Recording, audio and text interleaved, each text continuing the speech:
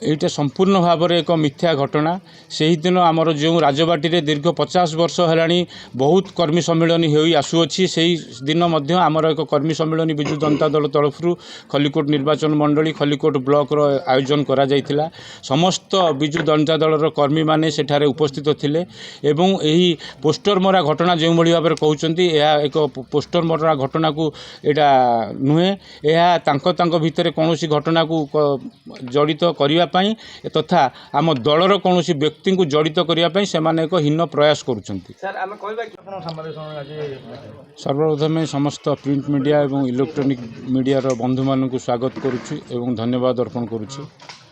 गत 15 तारिख राति खलिकोट निर्वाचन मंडली अंतर्गत श्रीकृष्ण शरणपुर ग्राम अंतर्गत लुंगुरु ग्राम रे जो भाव में एक अमानवीय तथा अभावनीय घटना घटीगला ताकू सर्वप्रथम आम विजु जनता दल तरफ दृढ़ हस्त निंदा करुचु एवं यही घटना एक अमानवीय घटना बोली आम विजु जनता दल तरफ आपन को कहूँ। यही जो घटना लुंगुरु ग्राम रे घटीगला खलिकोट निर्वाचन मंडली गत 50 वर्ष धरी जो भाव में राणीमा आमर भी स्वर्गत भी सुज्ञानी कुमार देव थिले एठी विधायिका भाव में थिले सही समय रे से कौन प्रकार राजनीतिक हिंसा तथा हिंसा को केबे भी प्रयास देना एवं तांको परे जो भाव में किछि व्यक्ति किछि न्यस्त स्वार्थपर गोष्ठी चक्रांत करी राणी मांकर दयाद तथा उत्तराधिकारी डॉक्टर साकेत रामाराव को जो भाव में यही घटना सहित जड़ित करने को चेष्टा करुछंती ताहा एक निंदनीय घटना।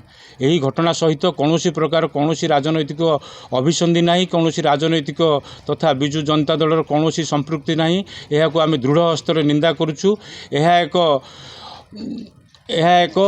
एभली घटना जहाँ को एक किसी निष्ठ स्वार्थ गोष्ठी यह एक राजनैतिक रूप देवाई हीन चक्रांत करुछंती ताकू मध्य आम दृढ़ हस्तर निंदा करुछु।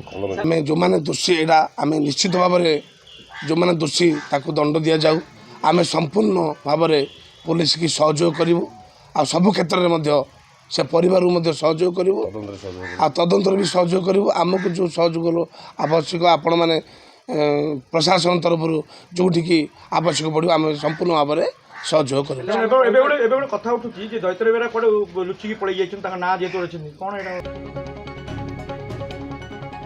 खोलिकोट हिंसा कांडरे दिलीप हत्या बीजेडी कौनसी संपृक्ति नहीं राजनैतिक उद्देश्य रखी एभली षड़यंत्र होइछि बोली सांबादिक सम्मेलन में बीजेडी नेतांक सफेई।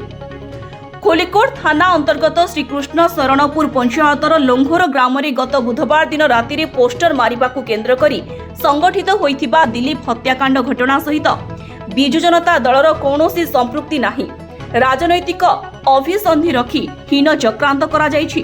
घटना पोस्टर मारिबा को नहीं होइनी एहा तांकर व्यक्तिगत मामला को नहीं घटिछि। घटना घटैथिबा आसामी माने बीजेडी दलर कर्मी नुहंती बोली बीजेडी खोलिकोट और कवि सूर्यनगर ब्लॉक रो पर्यवेक्षक शशिभूषण महांती एवं खोलिकोट विधायिका प्रार्थी सूर्यमणि वैद्यंक स्वामी दैतारी बेहेरा खोलिकोट स्थित युवराज बंगला परिसर रे आयोजित सांबादिक सम्मेलन में प्रकाश करिसेंती। उक्त अमानवीय घटनार बीजेडी दृढ़ भाव निंदा करुछि। स्वर्गत खोलिकोट राणी दीर्घ 50 वर्ष धरी एठारे विधायक भावे कार्य करि आसिछंती। से केबे हेले एभली विश्वास करंती नाही बोली प्रकाश करिथिले। सांबादिक सम्मेलन में उपस्थित थिबा विधायिका तथा बीजेडी प्रार्थी सूर्यमणि वैद्यंक स्वामी दैतारी बेहेरा जोगदे घटना को दृढ़ निंदा करी मृतकों परिवार को प्रभु जगन्नाथ धैर्य देबा पई कही घटना सहित तांकर कौनसी संपर्क नाही मृतकों परिवार सहित तांकर दीर्घ दिन धरी बंधुता रहिथिला। बीजेपी दल एभली एक स्पर्शकातर घटना बीजेपी राजनीति करी तांको विरोध रे मिथ्या अभियोग करुछि। घटना दिन खोलिकोट राणी बंगला रे खोलिकोट ब्लॉक रो 29 गोटी पंचायतर कर्मी सम्मेलन होइथिला। से बीजेडी प्रार्थी प्रचार कार्यक्रम रे व्यस्त रहिथिले। अजथा राजनैतिक उद्देश्य रखी मते राणी पुतुरा डाक्टर संकेत रामाराव को बीजेडी दल को अजथा संश्लिष्ट करी बदनाम करा जाउछि बोली प्रकाश करी पुलिस एवं प्रशासन तरफ चली तदंत प्रक्रिया रे संपूर्ण भावे सहयोग करने सह मृतकों परिवार को मध्य सहयोग करेंगे बोली कहिथिले।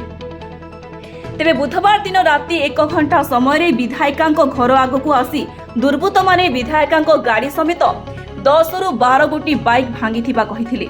उक्त सांबादिक सम्मेलन में बीजेडी राज्य संपादक नारायण पाढ़ी, आत्मा अध्यक्ष बिंबाधर त्रिपाठी, बीसीसी बैंक निर्देशक राममोहन पंडा, जिला बीजेडी साधारण संपादक रत्नाकर साहू और श्रीनिवास साहू प्रमुख अंशग्रहण करथिले। कोलिकोटरू सरोज कुमार पटनायक रिपोर्ट, स्वास्तिक न्यूज।